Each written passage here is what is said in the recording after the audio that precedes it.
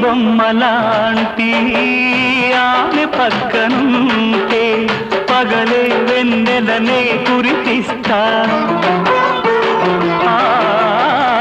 నీడలాగా నాతో ఏడడుగులు సాగితే ఇలలో స్వర్గం నే సృష్టిస్తా రసరమ్యం ఆ రాగ విలాసం రసరమ్యం ఆ రాగ విలాసం వసివాడదు అది ఆ జన్మాంతం